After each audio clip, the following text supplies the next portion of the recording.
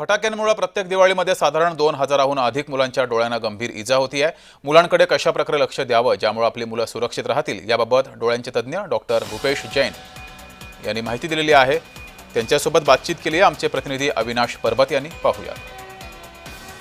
दिवाळीमध्ये नेमकं लहान मुलांसाठी काय काळजी घेण्यात यावी यासाठी आपल्यासोबत पिंपरी चिंचवडचे प्रसिद्ध डॉक्टर आहेत, त्यांच्याकडून जाणून घ्यावे की नेमकं दिवाळी साजरी करताना लहान मुलांसाठी काय काळजी घेण्यात यावी। सर, तुमचं स्वागत आहे। अनेक वेळा आपण पाहिलं आहे की लहान मुलं आईवडिलांचं न ऐकता फटाके फोडतात आणि त्यामुळे त्यांना डोळ्याचे काही त्रास सहन करावे लागतात आणि अनेक वेळा त्यांचे डोळे गेल्याचे देखील आपण पाहिलं। यासाठी या सगळ्या घटना न घडाव्या यासाठी आपण नेमकं काय काळजी घ्यावं, पालकांना काय सांगणार? लहान मुलांना फटाक्यामुळे त्रास होण्याचे चान्सेस खूप जास्त असतात।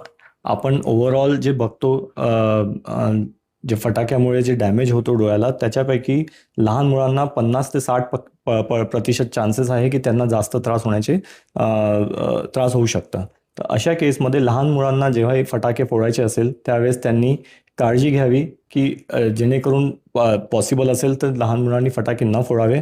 कधी कधी जर नॉर्मल लुब्रिकंट ड्रॉप वगैरे दिलं तर तेवढं त्रास होण्याचे चान्सेस नाही आहे, पण कधी कधी स्टिरॉइड्स वगैरे ड्रॉप असेल आणि डोळ्यात कंडिशन काही वेगळी असेल आणि त्याच्यामुळे कधी कधी डोळा आपण लूज पण करू शकतो। तर अशा वेळेस ओव्हर द काउंटर मेडिसिन घेऊन ट्रीटमेंट घेणं हे बरोबर नाही आहे।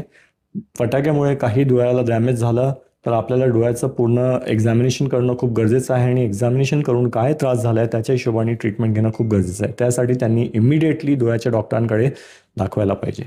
लहान मुलांनी फटाके फोडताना आपल्या पालकांसोबतच फटाके फोडावं हे डॉक्टरांनी सांगितलं आहे। अविनाश परबत, जय महाराष्ट्र न्यूज, पिंपरी चिंचवड।